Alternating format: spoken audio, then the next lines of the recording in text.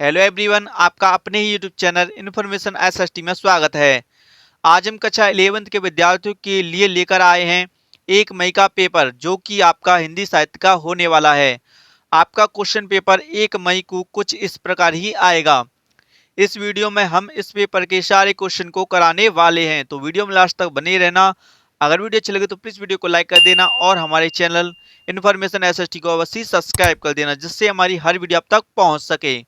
तो विद्यार्थियों, आप देख सकते हो हमारे पास वार्षिक परीक्षा 2025 हिंदी साहित्य कक्षा 11th का रियल पेपर है। आपका समय रहेगा 3.25 घंटे और आपका पूर्णांक होगा 100 अंक का। तो विद्यार्थियों, सबसे पहले आपको आप पठित गद्यांश दिया होगा, जिसे आपको ध्यानपूर्वक पढ़कर अच्छे से 6 क्वेश्चनों के आंसर देने हैं। विद्यार्थियों, आप पठित गद्यांश और पद्यांश को कम से कम आप 2 बार पढ़ें, ठीक है, जिससे आपको समझ में आएगा।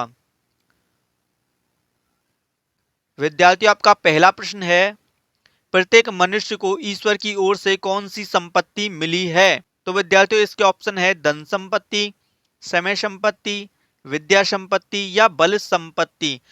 तो बच्चों, इस प्रश्न का आंसर आपको इस गद्यांश में देखने को मिल जाएगा। देखिए, आपकी जो पहली ही पंक्ति है इसमें ही है, समय वह संपत्ति है जो प्रत्येक मनुष्य को ईश्वर की ओर से मिली है। तो इसमें है बच्चों समय, ठीक है। तो बच्चों, हमारे प्रश्न का जो सही आंसर होगा वो होगा ऑप्शन बा, समय संपत्ति, ठीक है। इसी प्रकार से आपको हर प्रश्न का आंसर इस पद्यांश में देखने को मिलेगा। तो इसका राइट आंसर है ऑप्शन बा, समय संपत्ति। बच्चों, सेकंड क्वेश्चन है, इस धन को संचित रीति से बरतने से लोग क्या प्राप्त करते हैं? तो बच्चों, इसके ऑप्शन है मोक्ष, ऑप्शन बा शारीरिक सुख, ऑप्शन सा आध्यात्मिक या ऑप्शन दा बा और सा दोनों। देखिए, ये जो ऑप्शन है ऑप्शन दा ये गलत है, ठीक है। इसमें उपयुक्त सभी आएगा, ठीक है। क्या है? उपयुक्त सभी। तो देखिए, इस धन को संचित रीति से बरतने के लिए क्या प्राप्त होता है? देखिए, मोक्ष प्राप्त होता है, शारीरिक सुख भी प्राप्त होता है और आध्यात्मिक आनंद भी मिलता है। तो इसका आंसर बच्चों ऑप्शन दा, ठीक है, उपयुक्त सभी। बच्चों, अगला क्वेश्चन है, प्रत्येक शब्द में कौन सी संधि है? आपको बताना है कि प्रत्येक शब्द में कौन सी संधि है। जो प्रत्येक शब्द है इसमें कौन सी संधि है? तो बच्चों, इसका आंसर होगा ऑप्शन सा, यड़ संधि, ठीक है। प्रत्येक शब्द में यड़ संधि है, ठीक है। बच्चों, अगला क्वेश्चन है, समय को नष्ट करना एक प्रकार की है, जो समय को नष्ट करता है वो क्या है? आपके ऑप्शन बच्चों जीवन, आनंद, आत्महत्या या विद्या, ठीक है। तो बच्चों, इसका आंसर होगा ऑप्शन सा आत्महत्या, ठीक है। जो समय को नष्ट करता है बच्चों वो आत्महत्या के समान है, ठीक है। जो समय को नष्ट करता है वो आत्महत्या के समान ही होता है।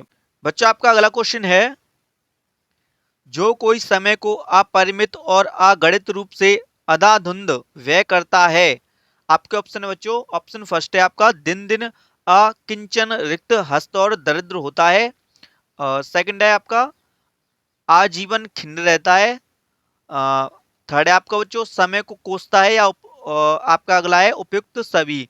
तो बच्चों, इसका आंसर आ जाएगा उपयुक्त सभी, ठीक है। बच्चों, आपका अगला क्वेश्चन है, उपयुक्त गद्यांश का उचित शीर्षक क्या है? तो बच्चों, इसका जो सही आंसर होगा वो होगा बच्चों ऑप्शन बा, ठीक है, समय का सदुपयोग। इस गद्यांश में हमें समय का सदुपयोग के बारे में बताया गया है। तो इसका आंसर है ऑप्शन बा, समय का सदुपयोग, ठीक है। विद्यार्थियों, आप सभी को एक बात स्पष्ट कर देना चाहूंगा, यह क्वेश्चन पेपर केवल प्रैक्टिस सेट है। इसकी मदद से आप अपने एग्जाम की तैयारी कर सकते हैं। हमने देखा है कि कुछ लोग विद्यार्थियों से बोल रहे हैं कि आप हमारे चैनल की सदस्यता ले लो और हम आपको ओरिजिनल क्वेश्चन पेपर देंगे। तो विद्यार्थियों, आप ऐसे लोगों के चक्कर में बिल्कुल भी मत पड़ना। आपको किसी को भी 1 रुपए देने की जरूरत नहीं है। ऐसे लोग फेक हैं। कृपया आप सभी सतर्क रहें और सजग रहें। आप केवल मेहनत करें, ऐसे लोगों के चक्कर में बिल्कुल भी मत पड़ना, ठीक है। तो विद्यार्थियों अब आपका आता है अपठित पद्यांश। ठीक है, इसे आपको कम से कम 2 बार पढ़ना है। बच्चों आपका पहला प्रश्न है, रोना और मचल जाना क्या दिखलाता है? रोना और मचल जाना क्या दिखलाता है? इसका आंसर आपको इसी पद्यांश में मिल जाएगा। ठीक है, तो बच्चों इसका आंसर है ऑप्शन आ, आनंद। ठीक है, रोना और मचल जाना आनंद दिलाता है। बच्चों अगला क्वेश्चन है, जयमाला किसकी बनी होती है? तो इसका आंसर है बच्चों ऑप्शन सा, आंसुओं की। ठीक है, जयमाला आंसुओं की बनी होती है। अगला क्वेश्चन है बच्चों, सबके चेहरे क्यों चमक उठे? तो इसका आंसर है बच्चों ऑप्शन द, मुस्कान देखकर। ठीक है, बच्चों की मुस्कान देखकर सबके चेहरे चमक उठते हैं। बच्चों अगला क्वेश्चन है, कवित्री ने सुख का साम्राज्य किसे कहा है? तो बच्चों इसका आंसर है बचपन को। ठीक है, कवित्री ने सुख का जो साम्राज्य है बचपन को कहा है। बच्चों अगला क्वेश्चन है, दादा ने क्या दिखलाया? दादा ने क्या दिखलाया? तो इसका आंसर है बच्चों ऑप्शन बा, चंदा। ठीक है, दादा ने चंदा दिखलाया। बच्चों अगला क्वेश्चन है आपका, उपयुक्त पद्यांश का उचित शीर्षक क्या होगा? तो इसका आंसर है बच्चों ऑप्शन द, बचपन। ठीक है, उपयुक्त पद्यांश का जो उचित शीर्षक होगा वो होगा ऑप्शन द, बचपन। तो विद्यार्थियों आपके जो अपठित गद्यांश और पद्यांश थे वो कंप्लीट हो चुके हैं। अब बच्चों आपके आते हैं रिक्त स्थान। ठीक है, अब इनको देखते हैं। बच्चों आपका पहला रिक्त स्थान है, आचार्य भरत मुनि खालिस्तान को काव्य की आत्मा माना है। जो आचार्य भरत मुनि हैं उन्होंने काव्य की आत्मा किसे माना है? तो बच्चों इसमें आएगा रस। ठीक है, क्या आएगा? रस। आचार्य भरत मुनि ने रस को काव्य की आत्मा माना है। ये मोस्ट इंपॉर्टेंट क्वेश्चन है, इसे आप देख लेना। ठीक है बच्चों, सेकंड क्वेश्चन है, हामिद की बूढ़ी दादी का नाम खालिस्तान था। जो हामिद की बूढ़ी दादी थी उनका नाम क्या था? तो बच्चों उनका नाम था अमीना। ठीक है, क्या था? अमीना। आपको एक एक नंबर के क्वेश्चनों पर विशेष ध्यान रखना है। ठीक है, तो इसमें आएगा अमीना। बच्चों अगला क्वेश्चन है, काव्य की शोभा बढ़ाने वाले तत्व खालिस्तान कहलाते हैं। जो काव्य की शोभा बढ़ाने वाले तत्व होते हैं उन्हें उन्हें क्या कहते हैं? तो बच्चों इसमें आएगा अलंकार। ठीक है, काव्य की शोभा बढ़ाने वाले तत्व अलंकार कहलाते हैं। ठीक है, क्या है? अलंकार है। बच्चों अगला क्वेश्चन है, तुम मम प्रिय भरत ही सम भाई पंक्ति में खालिस्तान अलंकार प्रयुक्त है। तो बच्चों इस पंक्ति में कौन सा अलंकार प्रयुक्त है? तो इसमें आएगा बच्चों उपमा। ठीक है, क्या है? उपमा। इसमें बच्चों उपमा अलंकार प्रयुक्त है। बच्चों अगला क्वेश्चन है, कबीरदास की रचना का नाम खालिस्तान है। जो कबीरदास हैं उनकी रचना का नाम क्या है? तो बच्चों उनकी रचना का नाम है बीजक। ठीक है, क्या है? बीजक। आपको याद रखना है बीजक। बच्चों अगला क्वेश्चन है, गुलामगिरी खालिस्तान द्वारा रचित पुस्तक है। जो गुलामगिरी पुस्तक है वो किसके द्वारा रचित है? तो बच्चों इसमें आएगा ज्योतिबा फूले। ठीक है, क्या आएगा? ज्योतिबा फूले। आपको याद रखना है ज्योतिबा फूले। ठीक है, ज्योतिबा फूले। तो हमारे जो रिक्त स्थान थे वो भी कंप्लीट हो चुके हैं। अब बच्चों आपके आते हैं अति लघुत्रात्मक प्रश्न, जो आपके एक अंक के होते हैं। आपको एक शब्द या एक पंक्ति में इनके उत्तर देने होते हैं। आपका पहला प्रश्न है बच्चों, ईदगाह के मेले में जाने वाले हामिद के मित्रों के नाम लिखिए। ठीक है, ईदगाह के मेले में जो हामिद के साथ उसके मित्र गए थे उनके क्या नाम है? तो देखिए उसके नाम है बच्चों, पहला है महमूद। ठीक है, क्या है? महमूद। महमूद। बच्चों सेकंड है नूर। ठीक है, क्या है? नूर। अगला है बच्चों मोहसिन। ठीक है, क्या है? मोहसिन। और अगला है बच्चों सम्मी। ठीक है, महमूद, नूर, मोहसिन और सम्मी आपको याद रखना है। ठीक है, हामिद के जो मित्र थे उनके नाम आपको याद रखने हैं। बच्चों अगला क्वेश्चन है, लोकतंत्र का चौथा स्तंभ किसे कहा जाता है? ये मोस्ट इंपॉर्टेंट क्वेश्चन है बच्चों। जो लोकतंत्र का चौथा स्तंभ है उसे क्या कहते हैं या किसे कहा जाता है? ठीक है, तो बच्चों इसका आंसर होगा, क्या होगा इसका आंसर बच्चों? मीडिया। ठीक है, लोकतंत्र का चौथा स्तंभ होता है बच्चों मीडिया। ठीक है, लोकतंत्र का चौथा पिलर, ठीक है, मीडिया होता है। आपको याद रखना है मीडिया। बच्चों आपका अगला क्वेश्चन है, विष्णु प्रभाकर द्वारा रचित आवारा मसीहा किसके जीवन पर आधारित रचना है? जो विष्णु प्रभाकर द्वारा रचित आवारा मसीहा है वो किसके जीवन पर आधारित है? तो बच्चों इसका आंसर होगा शरत चंद्र चट्टोपाध्याय। ठीक है, क्या है? अगर आप शरत चंद्र भी लिख दोगे तो भी ठीक ही है। ठीक है, क्या है? शरत चंद्र। ठीक है, शरत चंद्र चट्टोपाध्याय। बच्चों अगला क्वेश्चन है आपका, प्रमुख जनसंचार माध्यमों के नाम लिखिए। आपको बच्चों प्रमुख जनसंचार माध्यमों के नाम लिखने हैं। तो बच्चों इनके नाम हैं अखबार। ठीक है, पहला अखबार आ जाएगा, रेडियो टेलीविजन और इंटरनेट, ये प्रमुख हैं। ठीक है, अखबार, रेडियो, टेलीविजन और इंटरनेट। बच्चों अगला क्वेश्चन है आपका, हामिद ने चिमटा कितने पैसों में खरीदा? ठीक है, हामिद जब मेले में गया था उस टाइम पर हामिद ने चिमटा कितने रुपए में खरीदा था? तो बच्चों उसने जो चिमटा खरीदा था ना वो खरीदा था 3 पैसों में। कितनों में? 3 पैसों में। तो विद्यार्थियों आप सभी बोलोगे कि 3 रुपए में अब क्या आता है? तो बच्चों ये जो कहानी है ये बहुत पुरानी है, उस टाइम पर 3 पैसे भी बहुत हुआ करते थे। ठीक है, बच्चों अगला क्वेश्चन है, प्रकृति का सुकुमार किसे कहा जाता है? ये क्वेश्चन मोस्ट इंपोर्टेंट क्वेश्चन है। प्रकृति का सुकुमार किसे कहा जाता है? तो इसका आंसर है बच्चों सुमित्रानंद पंत को। ठीक है, किसको? सुमित्रानंद पंत को प्रकृति का सुकुमार कहा जाता है। ठीक है, सुमित्रानंद पंत को आपको याद रखना है।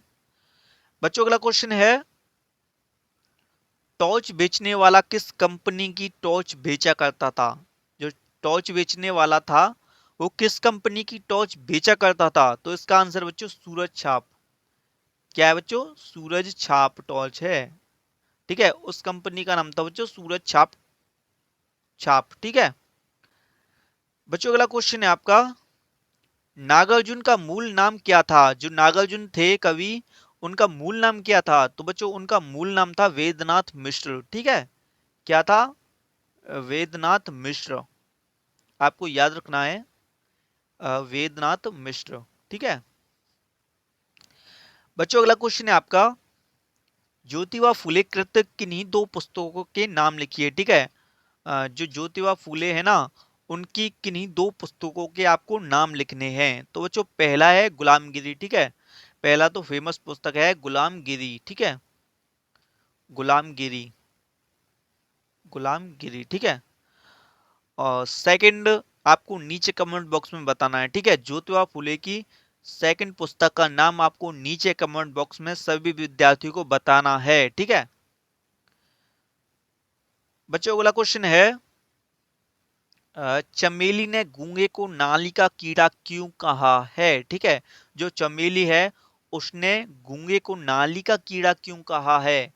तो बच्चों इसका आंसर है, चमेली ने गूंगे को नाली कीड़ा इसलिए कहा है क्योंकि चमेली ने जो गूंगा था उसे अपने घर पर आश्रय दिया था, परंतु जो गूंगा था वो बार बार चमेली के घर से भाग जाता था। इसी कारण से चमेली ने गूंगे को नाली का कीड़ा कहा है।